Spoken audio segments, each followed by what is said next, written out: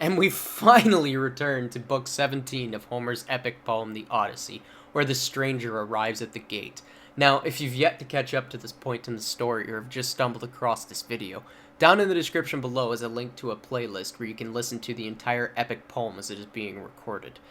Now, if you would like a copy of the Odyssey with the Iliad attached, there is an affiliate link where you can purchase a copy to follow along, or if you wish for the more poetic version, you can find a copy of the Fagel's translation of the Odyssey alone below. Now, I wish to apologize before I get into this for the lack of content, and the Odyssey and Iliad should have been done a long time ago on this channel. However, I've been working for the past year and a half, give or take, on a startup board game company. It's called Arma, which is the ancient Greek word for chariot. Now, it's a simple game where you're flicking a disc, bouncing off of pegs, hitting your opponent's chariots, and trying to be the first person to make 5 laps around the actual board without being knocked into the gutter. It's quick, fast, fun, and mean. That's the best way to describe it. Now, if you're interested in that, I'm going to post a link to our Kickstarter preview or the actual Kickstarter page if you're watching this after March 22nd, our launch date. If you're interested in it, please, by all means, check it out, and it would really help out if you guys picked up a copy or even just passed it along. And with that, without further ado, there's no more stalling or any more shilling.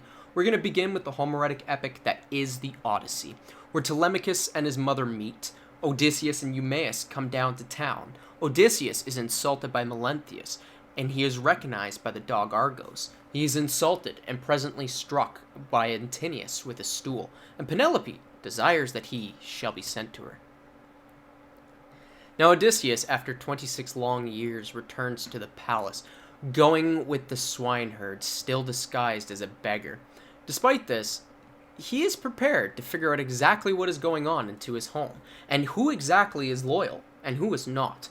Odysseus knows far too well that you always kill the traitor before you kill an enemy. If you do any other way, if you kill your enemy first, your traitor will stab you in the back. The old saying, et tu brute. Now, Telemachus has gone ahead and brought with him a prophet upon arrival at the palace, and they tell Penelope that Odysseus will return home shortly. Penelope doesn't believe a word of this, having heard her fair share of false prophets attempting to cash in on her grief. Now, she especially doesn't believe when the prophet claims that Odysseus may already be in Ithaca right now.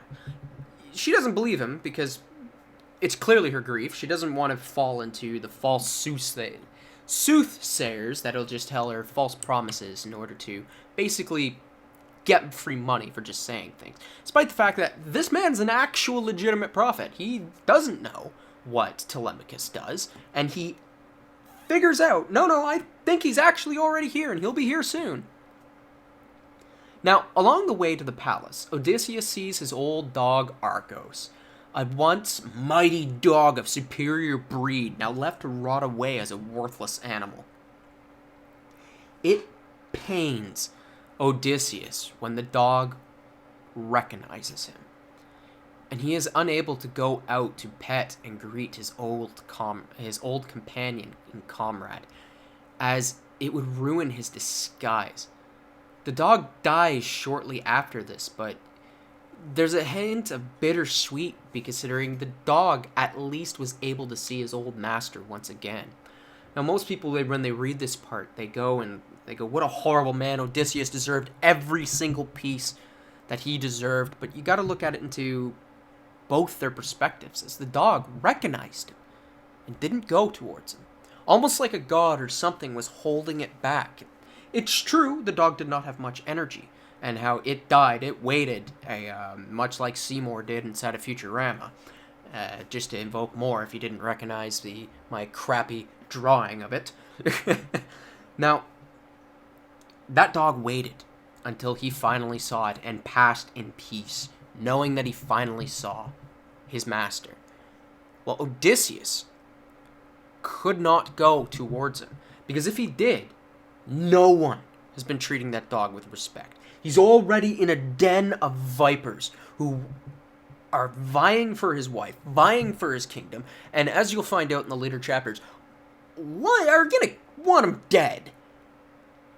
He if he goes up and pets that dog, as much as it pains him, he will die. His son will die. His wife will die. Sorry, his wife won't die. His wife will lose everything, but he will die. The dog's gonna die as well. So, with a heavy heart, he has to move on. It's a big defining moment for him, considering it's him turning around and no longer being the reckless, impulsive man that I don't want to say impulsive, but he was more acting on emotion throughout his journey so far, and now he's finally learning to be stoic and actually going to gain his goal. He's regained what he once lost along this journey and what he had earned through his fight at Troy. But we're going to move on from that, considering I could go on for hours on this actual dog scene and why it's so important, and why it's actually, in my opinion, disgusting the way people react to the way he reacted to this dog. So, once Odysseus arrives, he meets up with Telemachus, who tells him to go around to meet the different suitors as a beggar to help discern who is really the worst of the bunch. Most are kind to Odysseus in disguise and give him food from their plates, but it is Antinous who loses his temper and throws a chair at him. Odysseus does not waver in his stance and tells the man that surely the gods will notice and take their revenge. Now, the suitors just watched an almost crippled old man tank a chair, and the other suitors agree and are probably awestruck and saying that you should have been good to him, because if he's a god, your fate is now sealed. And the man, this old crippled man, just tanked the chair. But Antinous isn't fazed by this, and as you'll see, considering this book comes to a close here, you'll see in the next book what happens and the result of Odysseus tanking a chair. But with that, this book 17, I don't know why I said 16, comes to a close. And if you're enjoying these summaries and explanations, then don't hesitate to subscribe and like. But if I can improve anywhere, then please let me know in the comments below, and I will look forward to seeing you guys all next time. Take care.